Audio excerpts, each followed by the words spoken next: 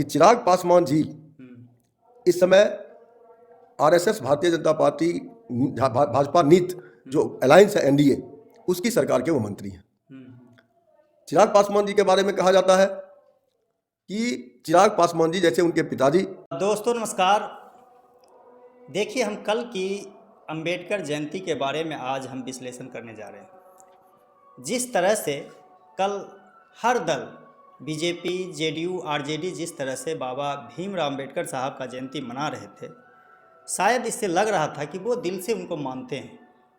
लेकिन मानने के कारण ये भी पूछा जाएगा कि आखिर जिस समय बाबा भीमराव अंबेडकर साहब का बेइज्जती की जा रही थी, उनका अपमान किया जा रहा था भरी सदन में, तो ये सब लोग कहाँ थे? तो हम जानने का प्रयास करेंगे। देखिए, जिस तरह से खगड़िया में लगातार महागठबंधन के प्रत्याशी संजय कुशवाहा जी हमेशा बेबाकी अंदाज से, हालांकि इनको चिंता ये नहीं होता कि हम वोट की राजनीति करते हैं या समाज की, ये हमेशा अपने लफ्ज़ों से समाज के लिए मार्गदर्शन देने का काम करते हैं और दिशा निर्देश भी अपने ओर से तय करते हैं कि इस तरह से लोग को चलना चाहिए। तो हम बात करेंगे। सर, स्वागत है हमारे चैनल पे। शुक्रिया जी। तो कल आप देखे होंगे कि बाबा भीमराव अंबेडकर साहब का जिस तरह से ये जयंती मना रहे हैं, एक तरफ अपमान हो रहा है, लेकिन उस पर वो चुप थे। ये कहीं ऐसा नहीं लग रहा कि ये ड्रामाबाजी ये चल रहा है? अब बिल्कुल सही फरमाया आपने राजू जी। अभी कल ठीक अभी से 24 घंटा पहले बाबा साहब भीमराव अम्बेडकर साहब का जयंती मनाया जा रहा था। पूरा देश मना रहा था हर साल की भांति। लेकिन मैं ये कहना चाहता हूँ कि जब इस बार मनाया जा रहा था तो इस बार ये देखा गया कि बड़े पैमाने पर वो लोग भी बाबा साहब भीमराव अम्बेडकर की जयंती में शामिल थे जिन लोगों को बाबा साहब भीमराव अम्बेडकर के संविधान में कोई भरोसा नहीं है, उनके द्वारा समाज के अंदर दिए गए पैगाम में कोई भरोसा नहीं है, वो लोग भी मना रहे थे। और इसका कारण क्या है? इसका और कोई कारण नहीं है। इसका कारण है 2025 का बिहार विधानसभा का चुनाव। इसको ध्यान में रखते हुए आपने देखा कि कल भारतीय जनता पार्टी ने भी बाबा साहब भीमराव अम्बेडकर का जयंती मनाया। आपने देखा कि जनता दल यूनाइटेड ने भी मनाया। वो पहले भी कुछ मना रहा था कुछ, लेकिन इस बार बड़े स्केल पे मनाया और दूसरे लोग भी मना रहे थे। लेकिन हम आपको यहाँ पर याद दिलाना चाहते हैं कि 2014 से जब से नरेंद्र मोदी जी की सरकार, आरएसएस के डायरेक्शन पर चलने वाली भारतीय जनता पार्टी की सरकार आई, हमने क्या देखा? हमने देखा कि बड़े पैमाने पर बाबा साहब भीमराव अम्बेडकर के मूर्ति तोड़े गए, उनके मूर्तियों पे कालिख पोते गए। हमने ये देखा 2014 से आते आते अभी 2025 में शुरू में हमने ये देखा कि जो हिंदुस्तान का जो सबसे बड़ा पंचायत है लोकसभा, उस सदन में किस तरीके से बाबा साहब भीमराव अम्बेडकर का नाम लेकर के उन्हें अपमानित करने का काम और कोई नहीं बल्कि हिंदुस्तान के कानून, हिंदुस्तान के आइन की रक्षा करने की जिम्मेदारी जिस विभाग पर, गृह विभाग पर, जिस आपने देखा कि उन्होंने क्या कहा? उन्होंने कहा कि अम्बेडकर अम्बेडकर अम्बेडकर अम्बेडकर अम्बेडकर। इस तरह का फैशन हो गया है कि जैसे अगर उतना नाम अगर भगवान का लो तो जन्नत पहुंच जाओगे, ये स्वर्ग मिल जाएगा। मतलब क्या है? मतलब ये है, इसका ये मतलब निकलता है कि अम्बेडकर अम्बेडकर अम्बेडकर अम्बेडकर करने से अम्बेडकर जिस जाति में पैदा हुआ, जो जाति अछूत है, आप वहाँ पहुँच जाओगे, जिसको कि अमित शाह के भाषा में हम नरक कह सकते हैं। ये खुलेआम उन्होंने कहा। और आज जब 2025 का चुनाव है तो अम्बेडकर जी का जाप जप रहे हैं। ये हम कहना चाहते हैं। हम यहीं पर आपको और याद दिलाना चाहते हैं, रेखांकित करना चाहते हैं कि बाबा साहब भीमराव अम्बेडकर ने 1947 के बाद जब संविधान सभा भारत की सरकार बनाई और उसका अध्यक्ष भारत सरकार ने उन्हें बनाया संविधान सभा का, बाबा साहब भीमराव अम्बेडकर को क्यों बनाया? इसीलिए कि वो हिंदुस्तान के सबसे मेरिटोरियस, सबसे विद्वान लोगों में से एक थे उस समय में, इसलिए उनको बनाया। उन्होंने क्या किया? उन्होंने पूरे दुनिया के हर देश के संविधान का अध्ययन किया और उसके बिना पर उन्होंने सबसे अच्छे मटेरियल लेकर के उन्होंने हिंदुस्तान का एक सबसे दुनिया का सबसे बेहतरीन आइन के रूप में दुनिया के सामने रखा। वो हमारा संविधान है। उस संविधान की सबसे बड़ी खूबसूरती क्या है? क्यों ये आज अम्बेडकर साहब का जो है गीत गा रहे हैं? उसकी सबसे बड़ी खूबसूरती है उन्होंने एक चमार के बेटा के, जूता सिलने वाले के बेटा के एक वोट का पावर एक दिया और आज हिंदुस्तान के सबसे अमीरजादे जो अडानी साहब हैं, नरेंद्र मोदी जी के सबसे निकटतम दोस्त, उनके गौतम अडानी, उनके भी एक वोट का पावर एक। ये ऊंट पहाड़ के नीचे आ गया, क्योंकि चुनाव सामने है। इसीलिए आज अम्बेडकर कर रहे हैं। वरना कोई ज़रूरत नहीं है उनका अंबेडकर साहब में भरोसा करने का। चूंकि आज़ादी के बाद जब इन्होंने संविधान बनाया और संविधान भारत के संसद में पास होकर के संविधान सभा ने उसको स्वीकार किया, तो जिस दिन संविधान सभा स्वीकार कर रहा था उस दिन हमने देखा कि आरएसएस का जो हेड क्वार्टर है हिंदुस्तान का नागपुर में सो उनके संविधान की होलिका दहन की जा रही थी, जलाई जा रही थी। साथ ही साथ उन्होंने कहा कि इस संविधान को मैं नहीं मानता। जो सर संचालक थे उनके, उन्होंने कहा कि हम इसको नहीं। कौन ये बोले थे? ये आरएसएस के हेड गवार साहब। उन्होंने कहा कि हमको इसमें कोई भरोसा नहीं है, हमें चाहिए हिंदुस्तान के आइन के रूप में मनुस्मृति। जो मनुस्मृति जो है आज से सैकड़ों साल पहले जो राजतंत्र हिंदू राजाओं का राजतंत्र था और उनका जो आइन था उसके स्वीकारोक्ति की उन्होंने बात की। और उस स्वीकारोक्ति में क्या है? उस स्वीकारोक्ति में यह है कि जब दुनिया में इंसान आया तो हिंदू धर्म के हिसाब से या मनुस्मृति, हिंदू धर्म नहीं कहना गलत होगा, मनुस्मृति के हिसाब से सो इंसान को 4 वर्ण में बांटा गया। और वो 4 वर्ण क्या है? एक है ब्राह्मण, दूसरा है क्षत्रिय, तीसरा है वैश्य और चौथा है शूद्र है। ब्राह्मण से क्या मतलब है? उन्होंने कहा कि मनुस्मृति कहता है कि ब्राह्मण जो है ब्रह्मा जी के ललाट से पैदा हुआ, मतलब सारा दिमाग उसी के पास रहेगा, इसलिए राज वही करेगा। क्षत्रिय जो है वो ब्रह्मा जी के बाहु से पैदा हुआ, मतलब क्या है कि दिमाग से साथ होकर के वह जो है उस राज को चलाएगा और वो मंत्री कहलाएगा। और तीसरा जो है वो वैश्य जो है वो व्यापार करेगा और व्यापार करके अपना भी उपार्जन करेगा, दुनिया के अंदर भी वो व्यापार करके दुनिया को भी सामान बेचेगा। तो वो उसको कहा गया ये नाभि से पैदा, ब्रह्मा जी के नाभि से वो वैश्य समाज उसको कहा गया। और अंतिम कहा गया मनुस्मृति में कि अंतिम जो वर्ण है वो होगा शूद्र, जिसका काम होगा इन सबों का बोझ ढोना, सबों का जूता चप्पल ढोना, सबों का चाकरी करना, ये होगा।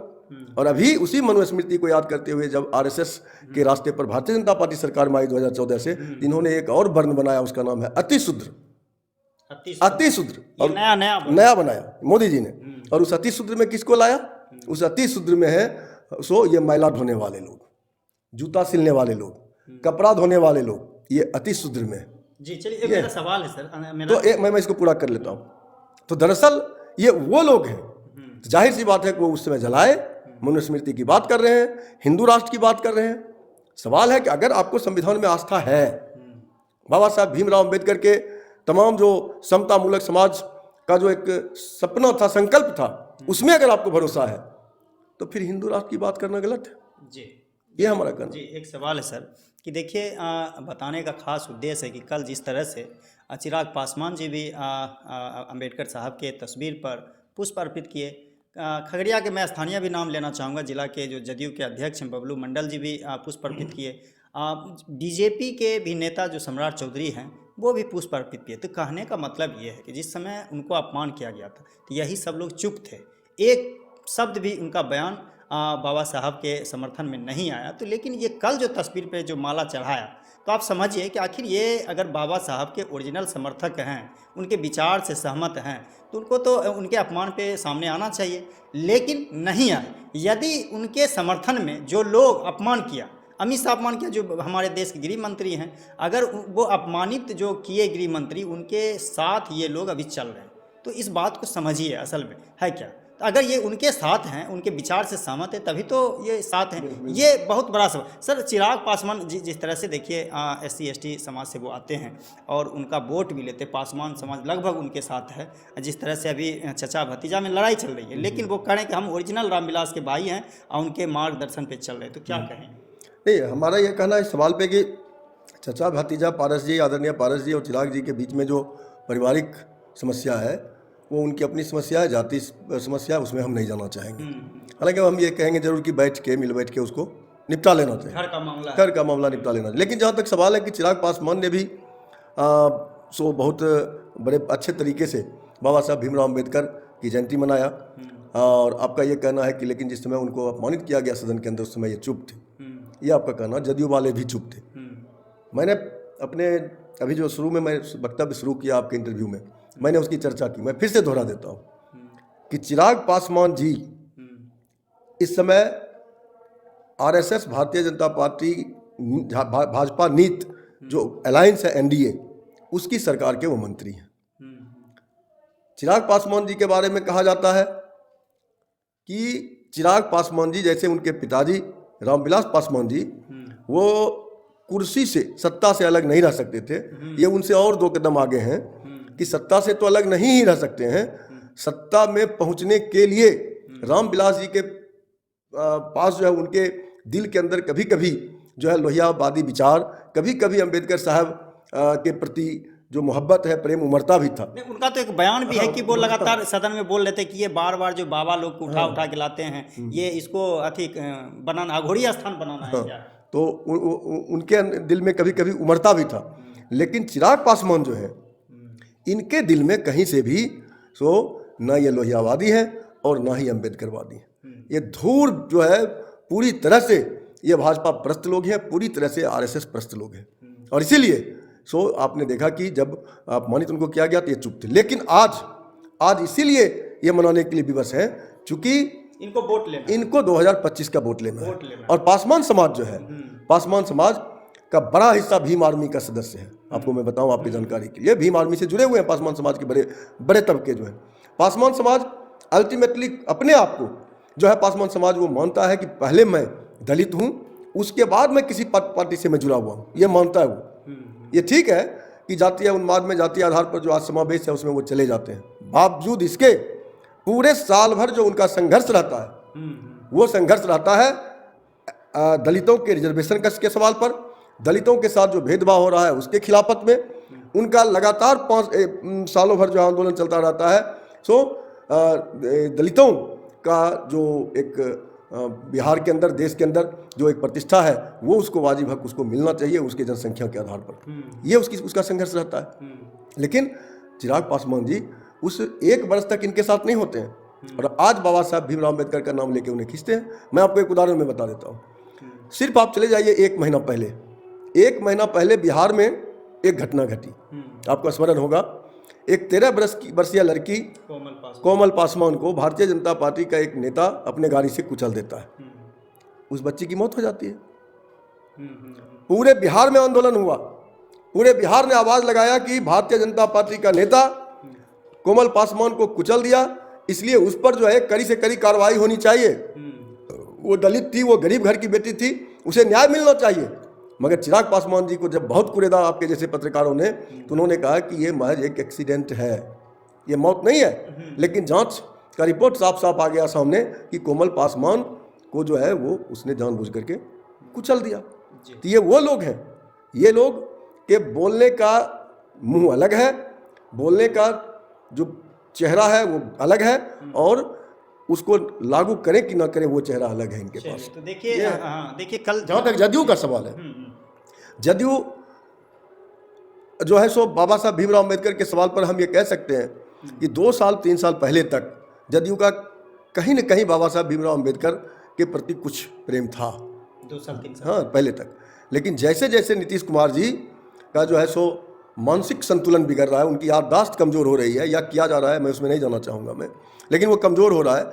जैसे जैसे उम्र उन पर हावी हो रहा है, और उम्र जो है उनको जिस तरीके से पब्लिक डोमेन के अंदर भी उनके उस बढ़ती उम्र के चलते उनको जो है एक उपहास का एक वस्तु बना के रख दिया है। तो उसके चलते हुए हम ये देख रहे हैं कि जनता दल यूनाइटेड का पूरा जो है एक जो उसका आभा है वो बदल गया, उसके काम करने के तरीके बदल गए। और आज वो लोग भारतीय जनता दल यूनाइटेड में हावी हो गए हैं जिन लोगों को लोहियावादी विचारधारा से कोई मतलब नहीं है, जिन लोगों को अंबेडकरवाद के विचारधारा से कोई मतलब नहीं है। आज वो लोग हावी हैं जिन्हें मनुस्मृति से मतलब है, जिन्हें आरएसएस से मतलब है। हम सीधे तौर पर यह कह सकते हैं आज जनता दल यूनाइटेड पर वो लोग हावी हैं जो भारतीय जनता पार्टी का बी टीम बनकर के काम कर रहा है, ये वो लोग हावी हैं। लेकिन मैं ये कहना चाहता हूँ कि बाबा साहब भीमराव अम्बेडकर ने जो संविधान, जो आईन दुनिया के सामने रखा है, लोकतंत्र का शब्द जो उसमें उन्होंने रखा है, हिंदुस्तान और बिहार का लोकतंत्र का जो जड़ है वो काफ़ी गहरा है। बहुत आसानी से इसको उखाड़ फेंक करके वो हिंदू राष्ट्र या दूसरा कोई राष्ट्र का वो सपना संजोए हुए उसको सफल कर लेंगे, ये मुश्किल है।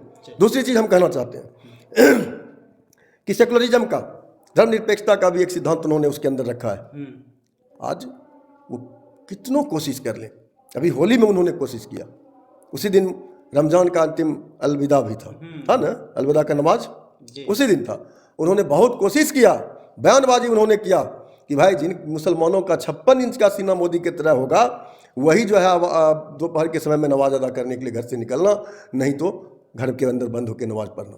माहौल को बिगाड़ने की उन्होंने कोशिश की। ये जहरीला आवाज़ है ये रमज़ान और होली जैसे मिलने वाले, दिल से मिलने वाले पर्व त्यौहार को कलंकित करने वाला बयानबाजी था। लेकिन हमने क्या देखा, बिहार की आवाम जो है बाबा साहब भीमराव के द्वारा दिए गए संविधान में धर्मनिरपेक्षता के जगह पर को उसने याद किया, और पूरे बिहार में कहीं भी उस तरह के बयानबाजी के अनुसार कोई भी इंसिडेंट नहीं हुआ। चलिए, तो देखिए मैं बीच में सर से बोलना चाहूँगा कि जिस तरह से देखिए कल एक भीम सेना के एक साथी हैं और वो हमेशा तत्पर सामाजिक काम में रहते हैं, उनका नाम है उपेंद्र पासवान। उन्होंने अपने पोस्ट में लिखा है कि विचारों पे ताला और फोटो पे माला। बहुत गहरा पोस्ट है। इस पोस्ट के अंदर आप अगर समझेंगे तो बहुत आपको समझने के लिए, बहुत कुछ सीखने के लिए मिलेगा। तो ये कहीं न कहीं वही चर्चा के लिए आज हम सर से मुलाकात किए, जो कि खगड़िया के बड़े लोकप्रिय रहे, सांसद प्रत्याशी रहे 2024 में। और मैं अंतिम में पूछना चाहूँगा कि 2025 में सर का क्या मिशन है और क्या तैयारियाँ हैं। तो मैंने लगातार देखिए समझने की ज़रूरत ये है